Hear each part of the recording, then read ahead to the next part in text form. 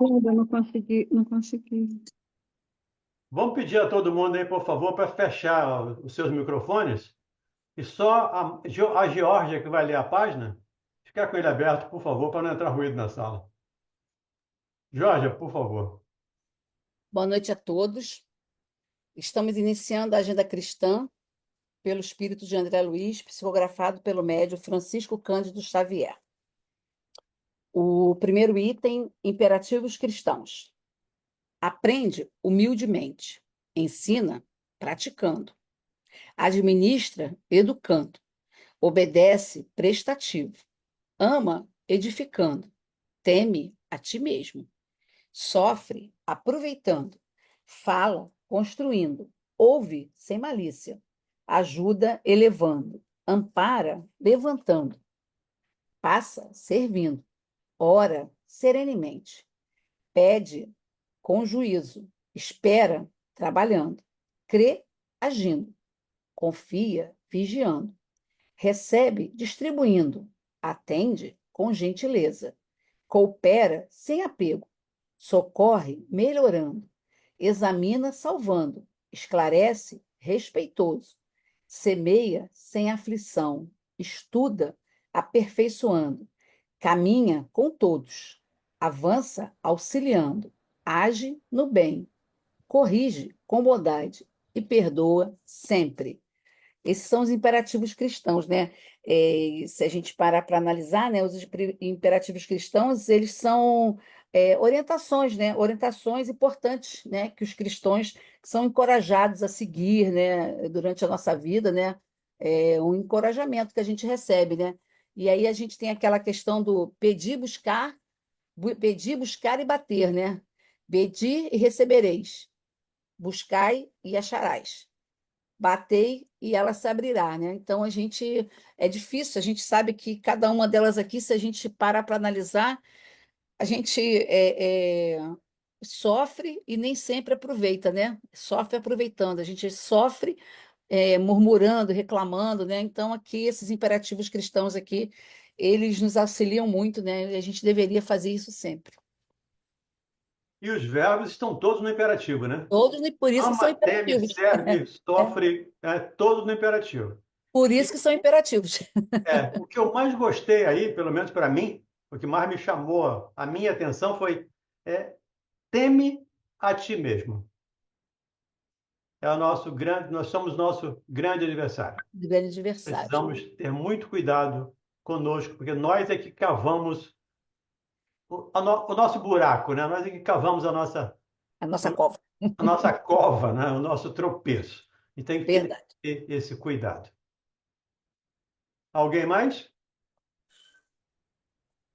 E esse pede com juízo também é muito sério, né? Ah, sim. Porque a gente precisa pedir, mas que seja feita a vontade de Deus, né?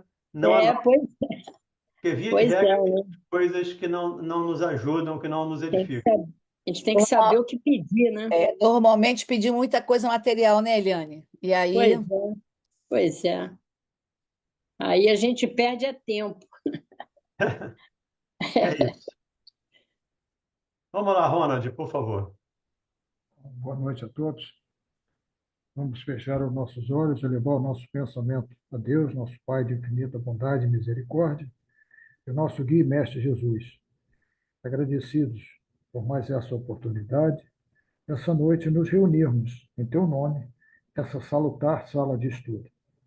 Que possamos absorver aqui os ensinamentos que serão transmitidos pelos nossos mestres facilitadores, que a espiritualidade amiga os ampare, os ilumine, que possamos absorver e aplicar os conhecimentos aqui adquiridos.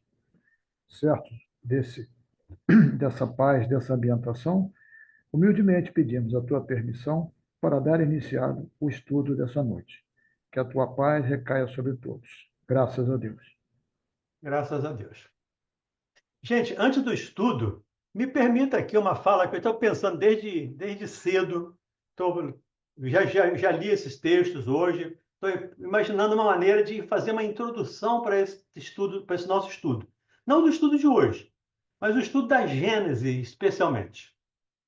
Muita gente acha que a Gênese é difícil. E não é fácil mesmo.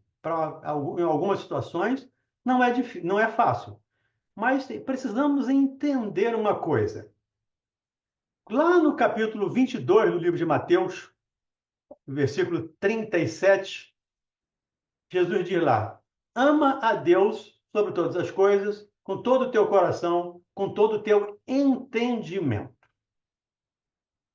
Com todo o teu entendimento. Vamos fazer uma pergunta retórica, mas que cada um pode responder se quiser. Fica à vontade. Quem que entende mais Jesus? Eu ou Bezerra de Menezes? Doutor Bezerra. Não tem a menor dúvida, Bezerra. não é isso? Uhum. Então, quem ama mais a Deus? Eu ou Bezerra de Menezes? Ele. Então, nós às vezes temos um comportamento de espírito superior. Eu quero entender plenamente os textos de Kardec. Quando os próprios espíritos, em muitas situações, nos dizem: deixo de transmitir, deixo de traduzir. O André fala isso, o Camilo Castelo Branco fala isso lá no Memória do Suicida. Deixo de transmitir tal texto por não existir vocabulário entre vós reencarnados que defina, que especifique, que classifique esse sentimento. Então, nós precisamos entender. Vamos entender a Gênese plenamente? Não, nós não entendemos o livro dos Espíritos plenamente. Nós estamos terminando o estudo do Evangelho, nós não o entendemos plenamente.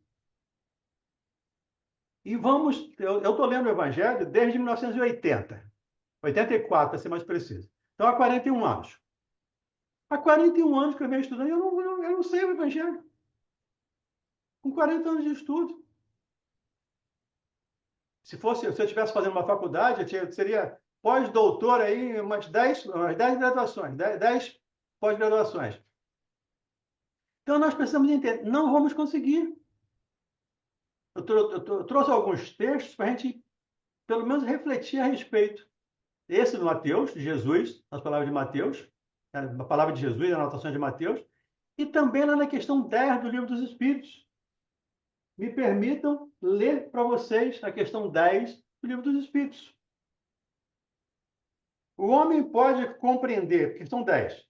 O homem pode compreender a natureza íntima de Deus? Não. É um sentido que lhes falta.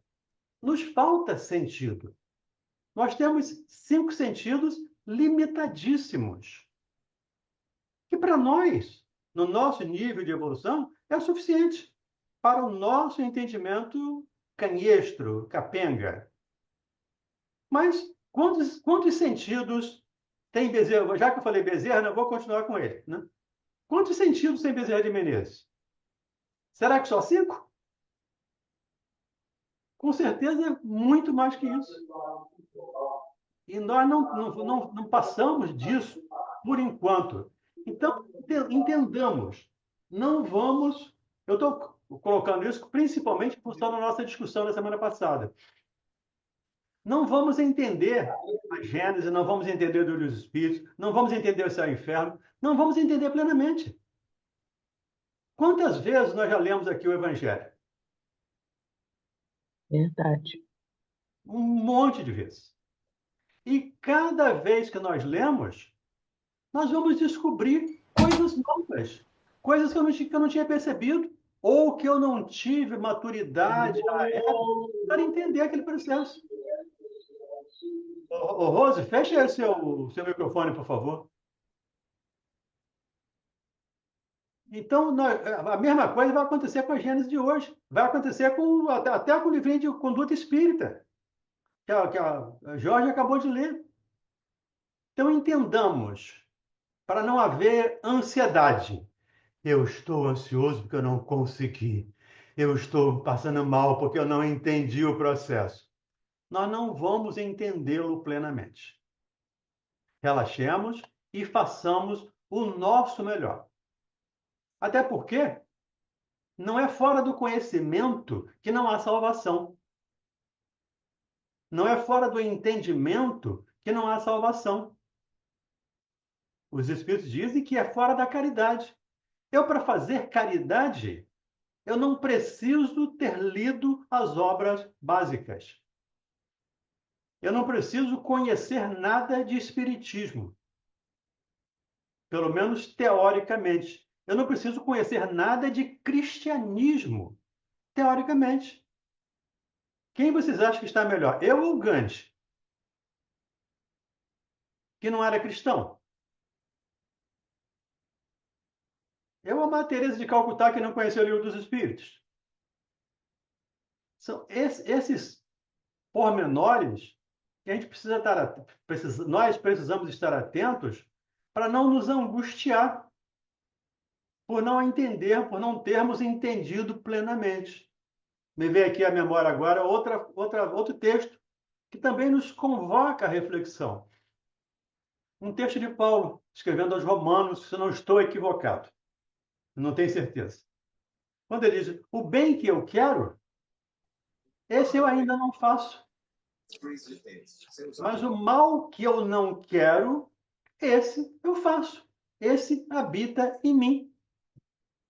Então, com os nossos 5 sentidos, mais uma vez, que são importantíssimos, são suficientes para nós hoje, não vamos entender Deus.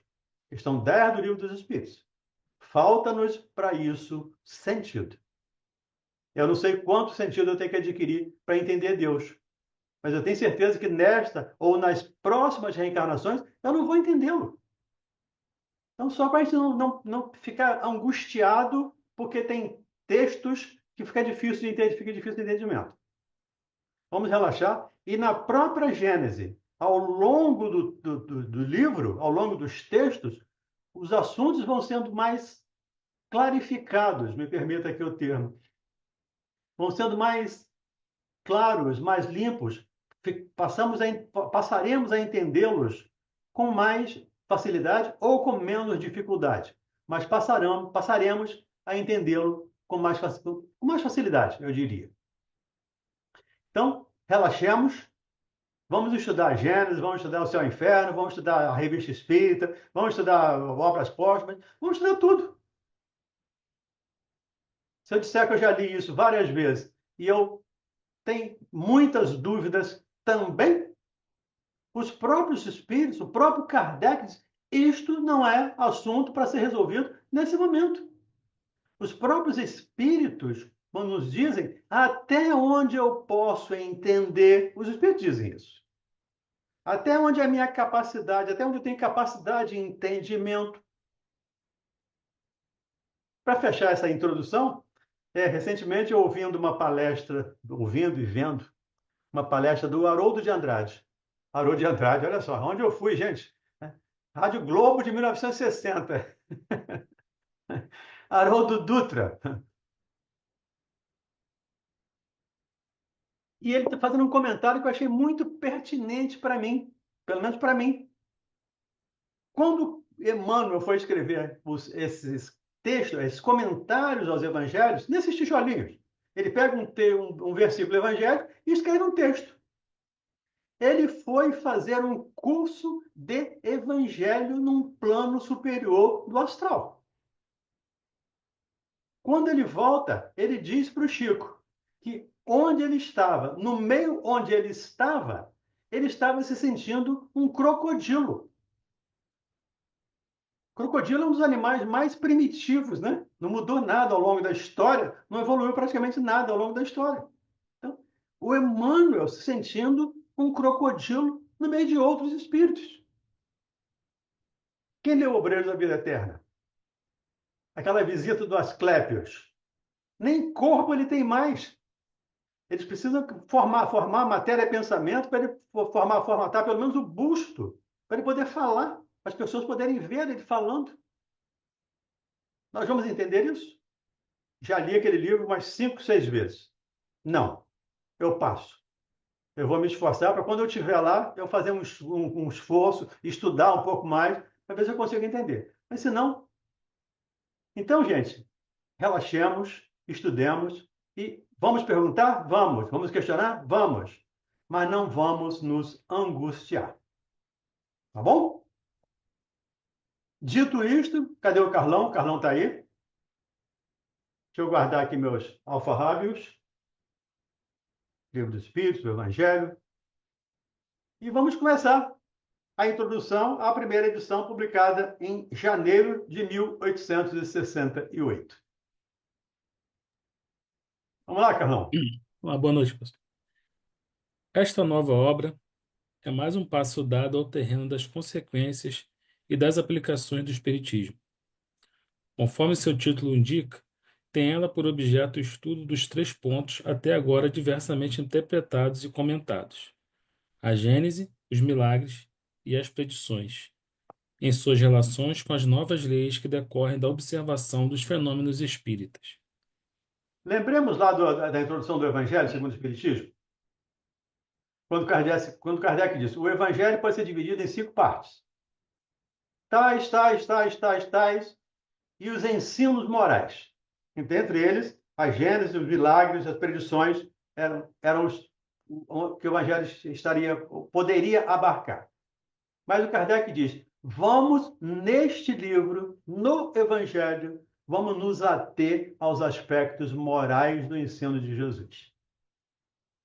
E aqui ele está dizendo, a Gênese, esse novo livro, que é uma continuação do Livro dos Espíritos, como todos os outros 4 são continuações do Livro dos Espíritos. A Gênese, esse livro de 1868, vai estudar a Gênese, ou o início das coisas. Gênese quer dizer início, princípio. Os milagres, ou os ditos milagres, e as predições, segundo o Espiritismo. Na minha tradução aqui tem isso, segundo o Espiritismo. Então, os milagres, a Gênese e as predições, segundo o Espiritismo, em suas relações com novas leis que decorrem das observações dos fenômenos espíritas. Novas leis que não foram criadas pelo Espiritismo. Novas leis que foram descobertas e que vão sendo descobertas. Assim como as leis da física não foram descobertas por Newton, não foram criadas por Newton, ou por outros físicos. Elas foram descobertas, foram entendidas, estudadas e entendidas. Então, a lei da gravidade, por exemplo, é uma lei universal, é uma lei de Deus. Quando Jesus andou nas águas, ele derrogou, foi milagre ele andar sobre as águas? Porque a lei de gravidade nos manda afundar. A lei de gravidade nos leva todo mundo para o fundo. E Jesus andou e não afundou. Chamou Pedro, Pedro andou e não afundou. Isso foi milagre? Não. Aí começa a explicação segundo o Espiritismo. Não foi milagre. Há uma nova lei que nós, com os 5 sentidos que temos, não conhecemos, que se pode anular, não sei como, não sei quando, não tenho a menor ideia de como se faz isso, mas que você pode neutralizar a lei de gravidade. Foi o que Jesus fez. Foi o que Jesus proporcionou naquela hora, quando Pedro estava andando sobre as águas. E claro que Jesus deixa Pedro afundar de propósito, para dizer, a sua fé está muito fraca ainda. Então, esse livro tem por esse objetivo.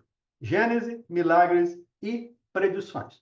E é um livro interessantíssimo. Nós vamos gostar muito dele. Nós todos vamos gostar muito dele ao longo do estudo. Ele vai esclarecendo coisas interessantíssimas para a gente. Tá bom?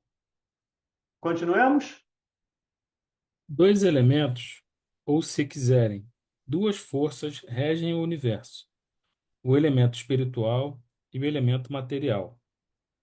Da ação simultânea desses 2 princípios nascem fenômenos especiais que se tornam naturalmente inexplicáveis, desde que se abstraia de um deles, do mesmo modo que a formação da água seria inexplicável se abstraísse de um dos seus elementos constituintes, o oxigênio e o hidrogênio. Eu sempre costumo dizer, né, que eu costumo dizer não, os próprios espíritos dizem isso, né? A matéria primeira é o fluido cósmico universal. que vai sendo transformado, vai sendo combinado e sendo transformado em outros tipos de matéria, matéria em outros estados. E aqui Kardec coloca o exemplo da água. Nós temos dois gases, que é matéria, né? Tanto o oxigênio quanto o hidrogênio são matérias. Quando eu junto os dois, eu faço matéria líquida. Quando eu resfrio a 0 grau, eu faço sólido. Então, eu pego um gás e transformo em sólido. Imagina se nós fizéssemos isso há 500 anos atrás. Levássemos uma geladeira lá para o deserto do Saara e congelássemos água e fizéssemos de água, fizéssemos pedra. Isso é milagre. E não é milagre. É química. Dois elementos gasosos se unindo, formando um líquido, e esfriando, faz um sólido. E se eu aquecer, volta ao estado de vapor novamente. É isso que acontece com o princípio material. O princípio material, em princípio, nós não entendemos, nós não o conhecemos, nós não o vemos. Mas entendemos hoje, e a própria ciência já nos diz, quando ele fala da matéria negra, né? Que 95% da matéria existente no universo estão longe do nosso alcance visual e de compreensão mesmo instrumental. Então, da matéria que existe no universo, nós vemos 5%. Ou tudo que vemos da matéria, de matéria, em termos de matéria, é 5% de matéria. Os outros 95% ainda estão num nível de desconhecimento, desconhecimento mesmo, para nós, tanto pessoal quanto instrumental. Então, o fluido cósmico universal, ele é que vai sendo transformado em todo tipo de matéria que nós conhecemos, inclusive essa matéria negra, que hoje ocupa 90, pelo menos dentro do que já descobrimos, ocupa cerca de 95% do universo. Continuemos? Isso aqui não é para desanimar, não, gente. Por favor, fique à vontade para participar. Eu só estou convocando a reflexão também. Demonstrando a existência do mundo espiritual e suas relações com o mundo material, o Espiritismo fornece a chave para a explicação de uma imensidade de fenômenos incompreendidos e considerados, em virtude mesmo dessa circunstância, inadmissíveis por parte de uma certa classe de pensadores. Abundam nas Escrituras esses fatos, e por desconhecerem a lei que os rege, é que os comentadores, nos dois campos opostos, girando sempre dentro do mesmo círculo de ideias, fazendo uns abstração dos dados positivos da ciência, desprezando outros o princípio espiritual, não conseguiram chegar a uma solução racional. Ao longo do tempo, nosso orgulho, né, nos fez religiosos ou cientistas. As duas coisas não podiam caminhar juntas. Então, para a ciência, a religião era misticismo, era fanatismo. E para a religião, a ciência estava em equívoco. A ciência tinha que se enquadrar segundo a vontade de Deus. Só que quem somos nós para entender a vontade de Deus? Quem somos nós para conhecer as vontades de Deus? Os próprios espíritos aqui dizem, não sei. O próprio Cristo, lá no capítulo 24 do livro de Mateus, diz isso. Quando pergunta ele, quando ele fala lá das dores, das guerras, dos princípios das guerras, e que não será o fim, é só o início das dores, os apóstolos perguntam a ele, Senhor, e quando isso vai começar? Nem o Filho do Homem sabe. Você fala do Cristo. Só Deus sabe isso. Então, tem alguns temas que nem Jesus conhece. E ele diz isso. E aí os nossos irmãos evangélicos, católicos, que dizem que Jesus é Deus, e como é que ele diz que não sabe, sendo ele onisciente? Então a gente vai, de novo, estamos estudando segundo a doutrina espírita. Então, tudo que nós falarmos aqui vai ser principalmente com base no livro dos Espíritos, que nós já estudamos. O livro dos Espíritos e o Evangelho, né? O Evangelho estamos terminando, o livro dos Espíritos já terminamos. Então, Kardec teve a coragem, o bom senso, o discernimento de unir ciência e religião. São duas coisas, duas forças da natureza, duas forças divinas, duas leis divinas. A lei que rege a matéria, a lei que rege o espírito. Kardec teve o cuidado de uni-las, respeitando uma a outra. E aí fica mais fácil. Tanto é que ele diz lá no Livro dos Médios, ele diz, não, Erasto diz e ele coloca lá no Livro dos Médios. O dia que o espiritismo, o dia que a ciência descobrir alguma parte no espiritismo que esteja em desacordo com a ciência, mude-se esse ponto do espiritismo. Então, se a ciência amanhã provar que reencarnação não existe, vamos ter que mudar o espiritismo. Por enquanto, passados aí os 170 anos, mais ou menos, a ciência ainda não descobriu nada que contrarie as palavras dos espíritos. E sabemos que não vai conseguir. Mas Kardec, com toda a sua lucidez, nos diz lá. Se descobrir, mude esse ponto. É preferível que a gente mude o ponto do que estar em erro. É preferível refutar 9 entre 10 verdades do que aceitar uma inverdade. Também a palavra de Erasto. Aliás, a primeira nem sei se é dele, da ciência, para mudar o ponto. Acho que é de Kardec mesmo.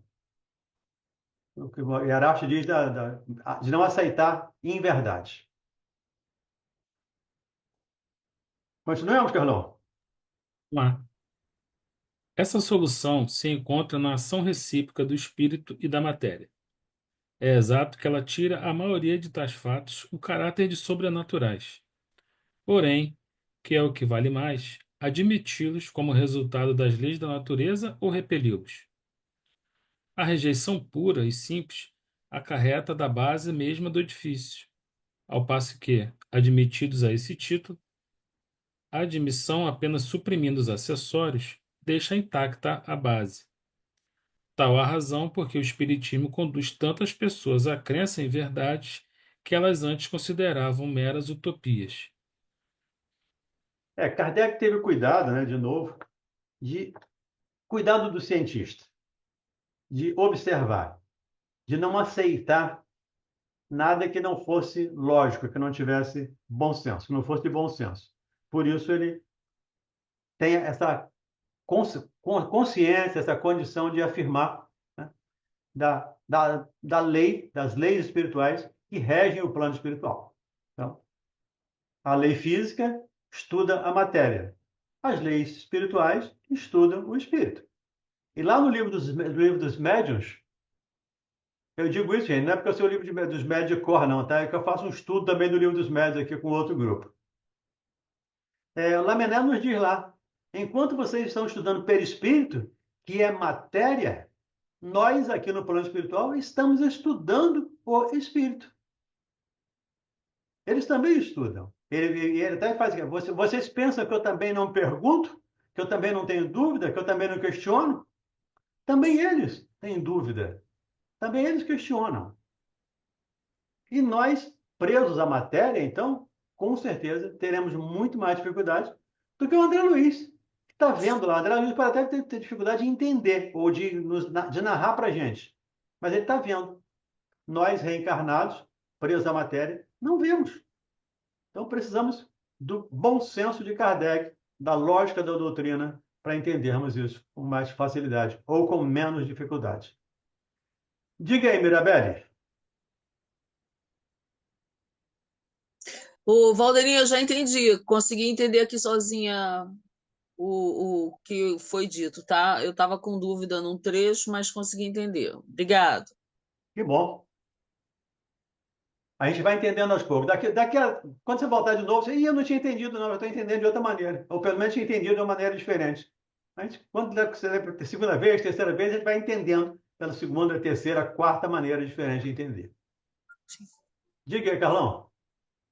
Ó, Valdeni, fala-se muito, fala-se, né? E a verdade é que a doutrina é baseada na filosofia, na ciência e religião, né? Sempre se fala isso. Essa parte filosófica seria essa busca do Kardec em buscar a lógica, a verdade nas comunicações dos espíritos? Sim, porque, Ou em princípio, a ciência nasce também da filosofia. Daí a filosofia da natureza e a filosofia moral. A filosofia da natureza é o physis, que nasce a física, que vem a ciência. E a natureza da filosofia é moral. Então, quando Kardec fala de filosofia, ele está falando de filosofia moral. Porque assim, a ciência estuda o que anteriormente, tempo de Platão, de Sócrates, era tudo filosofia, não tinha ciência. Então, o Hipócrates era um filósofo médico. O Arquimedes era um filósofo matemático. Tudo era filosofia. Ao longo do tempo, isso foi disseminando não, mas foi sendo separado. Então, ficou uma filosofia e a parte de ciência. Mas as duas coisas ainda se misturam hoje. Mas quando Kardec fala em filosofia, ele fala na filosofia moral. Porque a ciência ele está fazendo pela observação. Quando ele fala lá no Evangelho da universalidade dos ensinos dos Espíritos. Ele observou, perguntou, questionou centenas de espíritos para obter respostas que pudessem fazer sentido. Então, eu entendo assim. Mas, de novo, é meu entendimento, tá? Não é a melhor, não é a verdade, não é o melhor. Tudo bem? esta obra é, pois, como já o dissemos, um complemento das aplicações do Espiritismo de um ponto de vista especial. Os materiais se achavam prontos, ou pelo menos elaborados desde o longo tempo, mas ainda não chegara o momento de serem publicados. Era preciso, primeiramente, que as ideias destinadas a lhe servirem de base houvessem atingido a maturidade, e, além disso, também se fazia mister levar em conta a oportunidade das circunstâncias. O Espiritismo não encerra mistérios nem teorias secretas. Tudo nele tem que estar patente, a fim de que todos o possam julgar com conhecimento de causa. Cada coisa, entretanto, tem que vir a seu tempo, para vir com segurança. Uma solução dada precipitadamente, primeiro que a elucidação completa da questão, seria antes causa de atraso do que de avanço. Na de que aqui se trata, a importância do assunto nos impunha o dever de evitar qualquer precipitação. Kardec, de novo, é muito prudente, né? Então, o Espiritismo não tem mistério nem teorias secretas. O que nós não entendemos do Espiritismo não é porque seja misterioso, não é porque seja secreto. O que nós não entendemos, é porque ainda não temos sentidos de entender.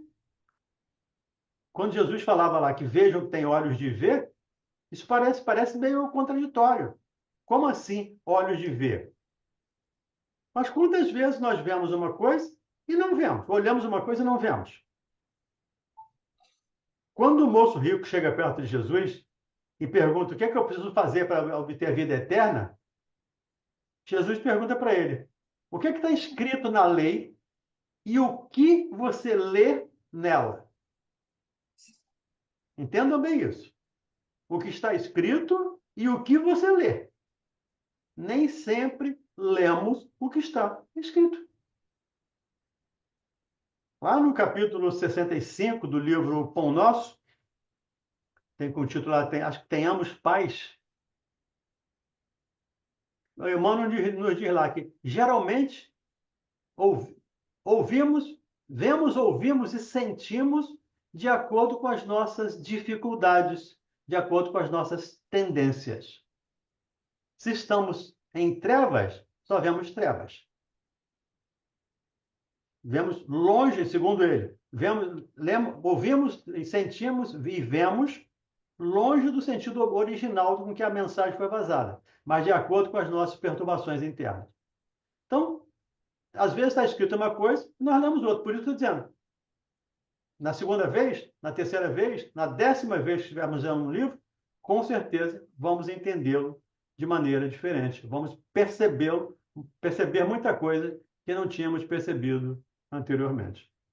Então, Kardec tem um cuidado muito grande com isso, de esperar o tempo certo. Então, esse material da Gênesis estava pronto desde muito tempo. Mas ele colocou muita coisa que está aqui na Gênesis, ele colocou na Revista Espírita.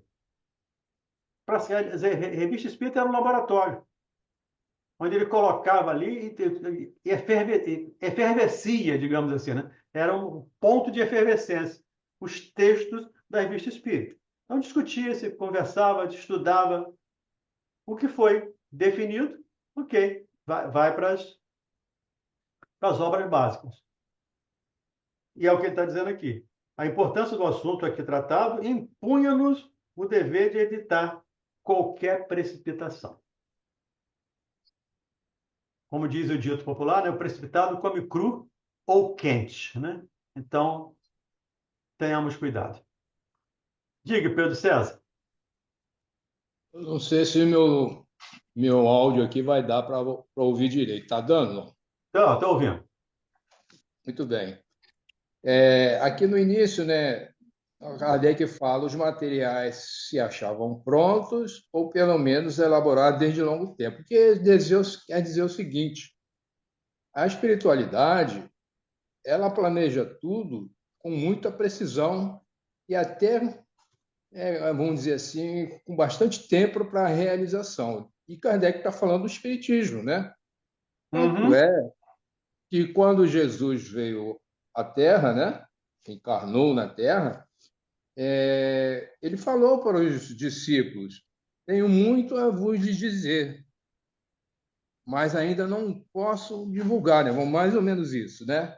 E os próprios discípulos falavam para Jesus. Por que Jesus não falava para as pessoas de uma maneira clara, que não fosse por parábola? Mas ele disse: não posso falar tudo, porque eles não vão compreender. Porém, mais tarde, meu Pai, rogarei ao Pai e ele vos enviará um outro Consolador. Quer dizer, o Espiritismo já estava elaborado e seria, vamos dizer assim, implantado no tempo certo. Esse aqui é o meu entendimento nesse início aqui. É perfeito. Kardec diz lá no Evangelho segundo o Espiritismo que o Espiritismo está na natureza.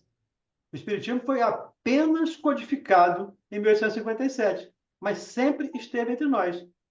E quando lemos lá na introdução do Evangelho os textos de Sócrates e de Platão, como não entender que aquilo é Espiritismo?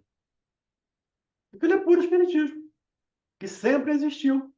Só que não tinha uma codificação, não tinha um codificador, não tinha normas. Cada um seguia a sua maneira.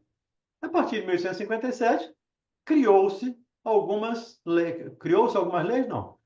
Criou-se alguns parâmetros para estudar o Espiritismo como doutrina cristã.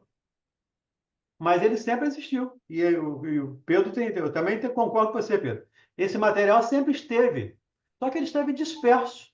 Então ele estava. E aí Kardec e os espíritos juntaram essas partes do que estavam dispersas e montaram um corpo de doutrina, com todo esse conhecimento que os espíritos nos trouxeram. Diga, Ronald. Quando ele fala, né, que cada coisa, entretanto, tem que vir a seu tempo para ver com segurança. Ou seja, existe uma ordem cronológica, né, para nós estudarmos a doutrina espírita. A pessoa que é leiga, que não conhece a doutrina, entrar logo na Gênesis, não vai conseguir compreender, como você bem explicou no início.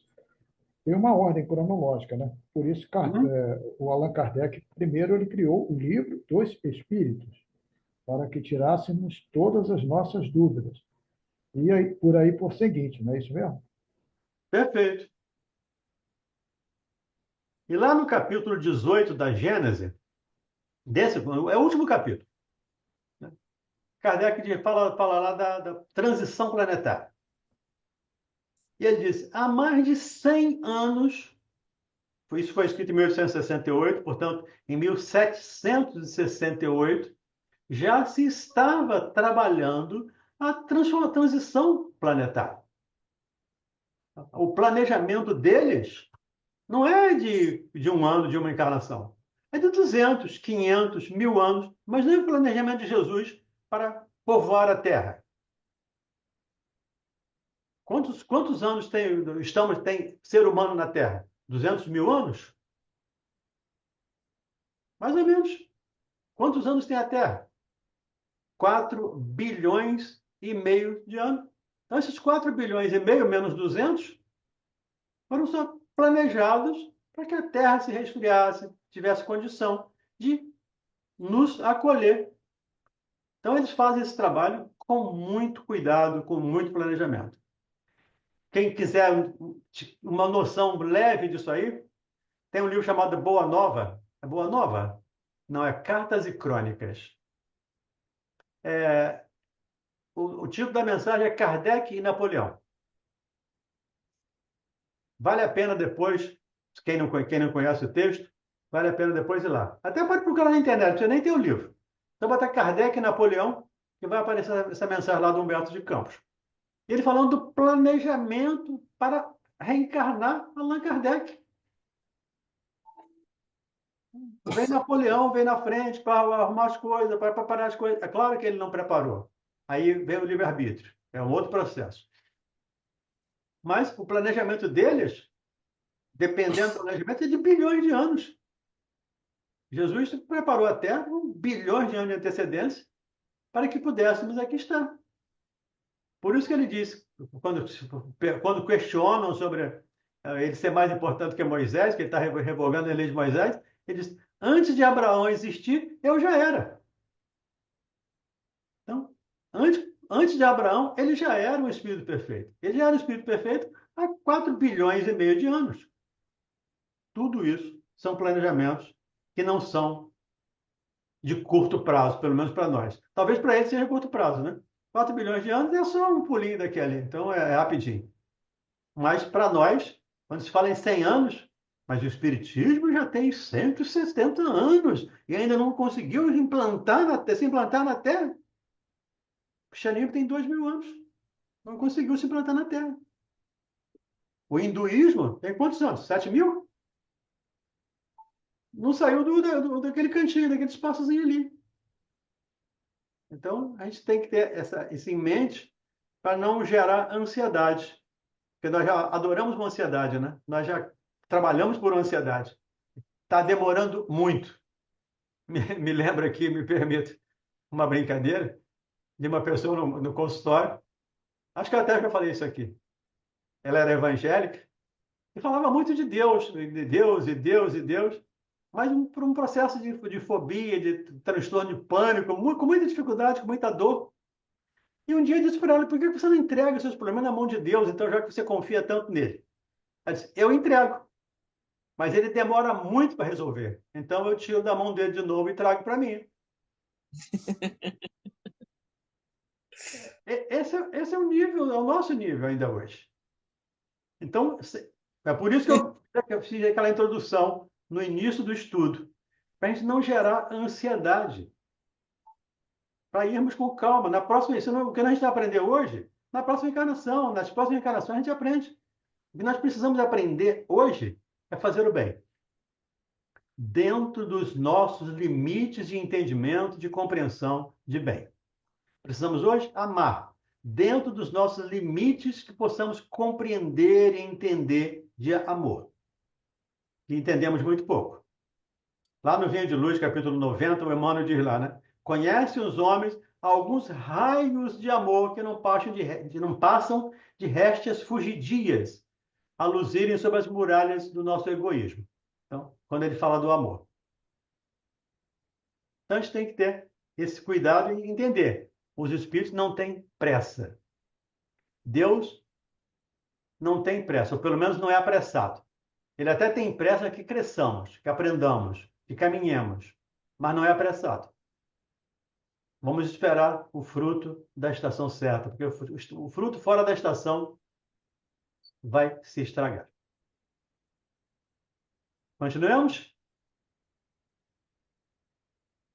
Antes de entrarmos em matéria, pareceu-nos necessário definir claramente os papéis respectivos dos espíritos e dos homens na elaboração da nova doutrina. Essas considerações preliminares, que excluem de toda a ideia de misticismo, fazem objeto do primeiro capítulo, intitulado Caracteres da Revelação Espírita. Pedimos séria atenção para esse ponto, porque, de certo modo, está aí o nó da questão. Pois é, entender esses conceitos, né, que o Mauro costuma dizer, né? Entender esses conceitos iniciais é interessante. Mas, de novo, dentro do nosso entendimento. Claro que se eu tiver hoje, eu e um irmão indígena desencarnarmos e chegarmos no plano espiritual, eu vou ser muito mais cobrado do que ele não sabe. Por isso que quando Kardec fala lá de canibalismo, os espíritos dizem para ele, mas você mesmo já foi um. O próprio Kardec já foi canibal. E será cobrado de quem muito tiver recebido. Vamos lá. Sem embargo da parte que toca à atividade humana na elaboração desta doutrina, a iniciativa da obra pertence aos espíritos, porém, não a constitui a opinião pessoal de nenhum deles. Ela é, e não podia deixar de ser, a resultante do ensino coletivo e concorde por eles dado. Somente sob tal condição se lhe pode chamar doutrina dos espíritos. De outra forma, não seria mais do que a doutrina de um espírito e apenas teria o valor de uma opinião pessoal. Pois é o que aconteceu com as duas primeiras revelações. Né? Com a revelação de Moisés, através de Moisés, e a relação através de Jesus. Foram calcadas em cima de Moisés, em cima de Jesus. Quer dizer que Jesus não tinha condição? Claro que tinha. Mas nós, habitantes do planeta à época de Jesus, não tínhamos condições de entender. Por isso, o Ronald lembrou agora, né? Por isso Jesus disse, muitas coisas eu não tenho ainda como falar. Eu não posso falar ainda abertamente, explicitamente. E eu sempre, quando falo disso, me lembro de um texto lá do encontro de Nicodemos com Jesus. Aquela noite lá que ele vai se encontrar com Jesus escondido. E Jesus fala para ele que ninguém entra no reino dos céus se não nascer de novo. E ele pergunta a Jesus como nascer de novo. Então, um doutor da lei que explicava a lei no templo, explicava a Torá no templo de Jerusalém, era um doutor da lei, não entendia esse processo. E o próprio Cristo disse para ele, se eu te falo de coisas materiais, você não entende? Imagina se eu falar de coisas espirituais. Então, com certeza não vai entender mesmo. E não passaram muito tempo, gente. 2000 anos, numa escala astronômica, é absolutamente nada. Até que em uma das cartas de Pedro, ele diz lá, para Deus, um dia é como 1000 anos, e 1000 anos é como um dia. Por isso, alguns dizem que nós estamos no segundo dia da era cristã. Estamos no segundo milênio da era cristã. Para Deus, é apenas um dia. Claro que não é um dia de 24 horas, mas é apenas um dia. Diga aí, Pedrão. Valdeni, é apenas uma pergunta, porque ele fala que a doutrina não é de um espírito, é dois espíritos, né? Ou seja, não é uma opinião pessoal, é uma opinião coletiva. Mas aí eu lhe pergunto, o espiritismo ele vingou porque é a doutrina dos espíritos. Então nós vamos fazer uma comparação, por exemplo, Rustem, né? E tem lá algumas coisas lá que não bate com a doutrina espírita. Seria, porventura, o Rustem ter sido assistido por espíritos? Não duvido nada, Pedro. Pela possibilidade, sim. Eu não posso afirmar que foi, mas pensa pela possibilidade, sim. Mas Kardec, quando fala das obras de Rustem, ele fala com respeito. Eles têm algumas coisas que não batem com o ensino dos espíritos, mas que há a possibilidade dele ter sido instruído, aí no sentido do equivocado da situação, eu não duvido, porque todos nós estamos sujeitos a esse tipo de situação. E o nosso irmão não era diferente. Eu não sei se vocês leram os evangelhos de Rustem, os 4 evangelhos de Rustem, mas se não leram, como curiosidade, vale ler. Então, tem algumas coisas que realmente que são contraditórias em relação à doutrina espírita.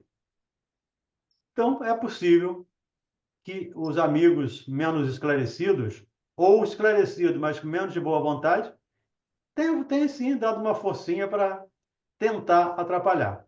Mas quem estava comandando a equipe da doutrina era o Espírito de Verdade. Então, e estava na época certa do cristianismo, do espiritismo chegar, do Consolador chegar. Chegou no momento predito, como disse Kardec, entendemos que seja o Consolador, porque chegou com as características prescritas por Jesus e no momento predito por Jesus. Mas afirmar, não dá para afirmar. Com possibilidade, sim. Ok, Pedrão? Ok, está tudo certo.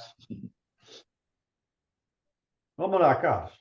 Generalidade e concordância no ensino, esse o caráter essencial da doutrina, a condição mesma da sua existência, de onde resulta que todo princípio que ainda não haja recebido a consagração do controle da generalidade não pode ser considerado parte integrante dessa mesma doutrina. Será uma simples opinião isolada, da qual não pode o Espiritismo assumir a responsabilidade. Perfeito. A lucidez de Kardec, de novo, no esclarecimento. Se não está de acordo com o todo coletivo, na universalidade dos ensinos dos espíritos, não pode fazer parte do corpo da doutrina. E o espiritismo não pode assumir. É só uma opinião de um espírito, ou de alguns espíritos, enfim, pode ser mais de um, mas não faz parte da doutrina espírita. Essa coletividade concordante da opinião dos espíritos, passada aos demais pelo critério da lógica, é que constitui a força da doutrina espírita e lhe assegura a perpetuidade.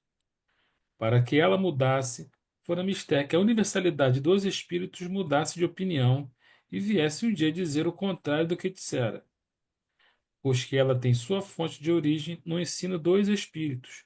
Para que sucumbisse, seria necessário que os espíritos deixassem de existir.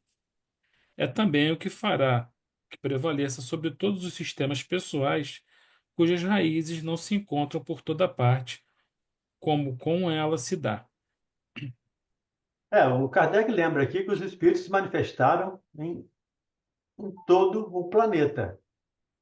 É claro que o Ocidente foi muito mais afetado, até em função da religião cristã ser dominante no Ocidente. No Oriente, não. No Oriente, o cristianismo ainda é muito pouco conhecido ou pouco divulgado. Mas os espíritos se manifestam em todos os lugares. Como ele disse aqui, se queimasse todos os livros, no dia seguinte, ele fala no Evangelho, se queimasse todos os livros dos espíritos, no dia seguinte teria todos os livros de novo.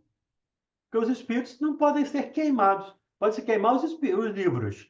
Mas os espíritos não podem. Eles trariam de novo esses livros e começaria todo o processo. Vamos fechar? Vamos lá. O Livro dos Espíritos só teve consolidado seu crédito por ser a expressão de um pensamento coletivo geral. Em abril de 1867, completou seu primeiro período decenal. Nesse intervalo, os princípios fundamentais cujas bases ele assentara foram sucessivamente completados e desenvolvidos por virtude de progressividade do ensino dos espíritos. Nenhum, porém, recebeu o desmentido da experiência. Todos, sem exceção, permaneceram de pé, mais vivazes do que nunca, enquanto que de todas as ideias contraditórias que alguns tentaram opor-lhe, nenhuma prevaleceu, precisamente porque de todos os lados era ensinado o contrário. Este é o resultado característico que podemos proclamar sem vaidade, pois que jamais nos atribuímos o mérito de tal fato. Lembrando aqui que o Livro dos Espíritos trata de generalidade, não trata de particularidade. As particularidades vão ser tratadas nas obras subsequentes. Então, o Livro dos Espíritos vai tratar de generalidade. O espírito tem sexo? Não como entendeis. O espírito come? Não. O espírito sente dor? Não. Sente fome? Não. Mas o André Luiz traz o contrário. Porque aí aqui é generalização. O espírito de uma maneira geral. Mas espíritos ainda com dificuldade, ainda presos à matéria, ainda sem saber que desencarnou, por exemplo, é claro que ele vai ter fome, vai ter sede, vai ter frio. Ele vai ter as mesmas sensações como se estivesse encarnado. Tem estômago, ele tem intestino.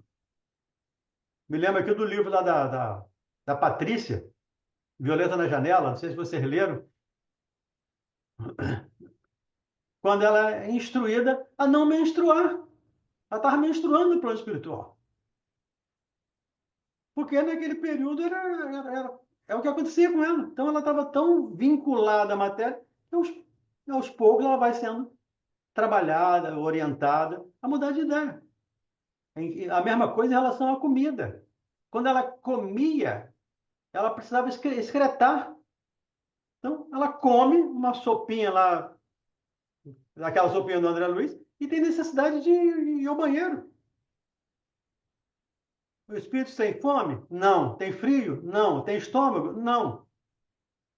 Mas isso aqui é generalidade. Na particularidade, Kardec não tratou, pelo menos no Livro dos Espíritos. Tratou um pouco nas outras obras, especialmente no Céu e Inferno, ele trata muito disso. Mas, generalidade, sim. Deixou a especificidade, deixou para o futuro. Deixou para o André Luiz, o Chico Xavier trazer de volta. Diga aí, Pedro César. E aqui no final, Allan Kardec está dizendo assim: jamais nos atribuímos o mérito de tal fato. Quer dizer, o mérito dos espíritos, e não dele, né? Ele Sim, está claro. falando aqui mesmo. Não é dele. Muita humildade, né? Com certeza. Vamos lá, Carlão. Fechamos esse post. Vamos fechar essa introdução. Ok. Os mesmos escrúpulos, havendo presidido a redação das nossas outras obras, podemos com toda a verdade dizê-las, segundo o Espiritismo, porque estávamos certos da conformidade delas com o ensino geral dos Espíritos. O mesmo sucede com esta, que podemos, por motivos semelhantes, apresentar como complemento das que precederam, com exceção, todavia, de algumas teorias ainda hipotéticas, que tivemos o cuidado de indicar como tais e que devem ser consideradas simples opiniões pessoais, enquanto não forem confirmadas ou contraditadas, a fim de que não pese sobre a doutrina a responsabilidade delas. Aliás, os leitores assíduos da Revue hão tido o ensejo de notar, sem dúvida, em forma de esboço, a maioria das ideias desenvolvidas aqui nesta obra, conforme fizemos com relação às anteriores. A Revue, muita vez, representa para nós um terreno de ensaio, destinado a sondar a opinião dos homens e dos espíritos sobre alguns princípios antes de os admitir como partes constitutivas da doutrina. Interessante isso. A Revista Espírita, representa para nós, muitas vezes, um terreno de ensaio, destinado a sondar a opinião dos homens e dos espíritos a respeito de certos princípios, antes de admiti-los como partes constitutivas da doutrina. Eu não sei se vocês se lembram, lá no capítulo 8 do Evangelho, o item 20, uma mensagem lá que tem como título Bem-aventurados que têm fechado os olhos.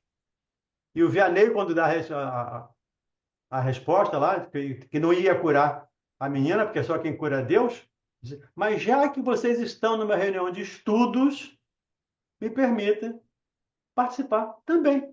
E ele dá a opinião dele numa reunião de estudo. A Revista Espírita foi criada exatamente para isso, para lançar as ideias e elas serem discutidas pelos homens e pelos espíritos.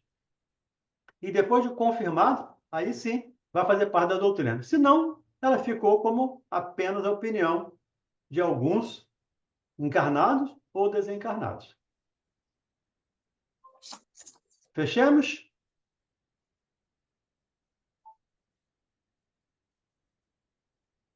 Eu vou fechar aqui meu...